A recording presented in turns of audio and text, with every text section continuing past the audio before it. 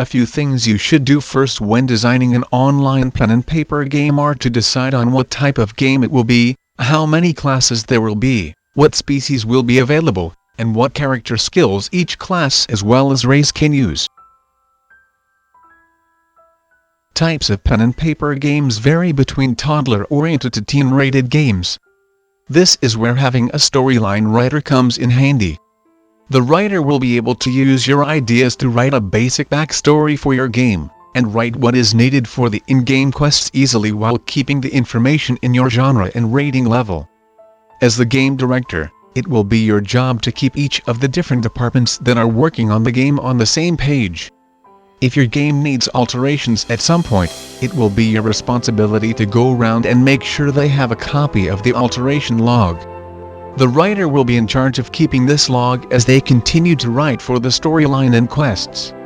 A good writer will do at least 4 revisions of the storyline before it is finished. It is important that you have a common class that all beginner characters start out as when they first enter the pen and paper world. Beyond the common class, you should at least have 3 to 4 classes. Many pen and paper role-playing, war, or simulation games have a warrior, mage, priest, and ranger class.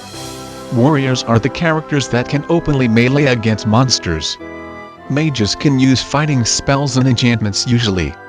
Priests generally are more supportive players that heal other players in their group.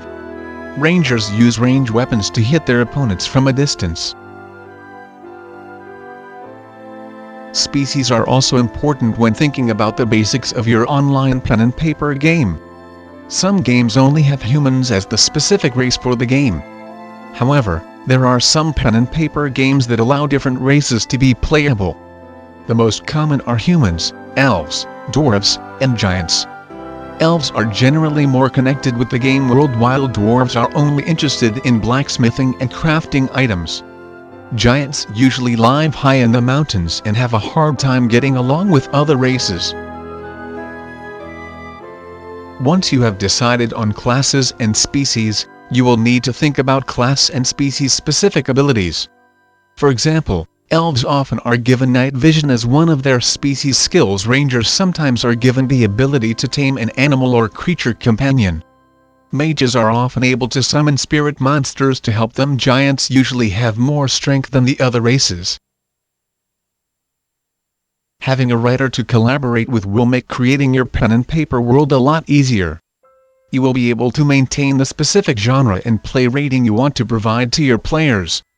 When you have chosen your in-game classes, in-game species, and in-game character skills, you can begin working on other mechanics of the game.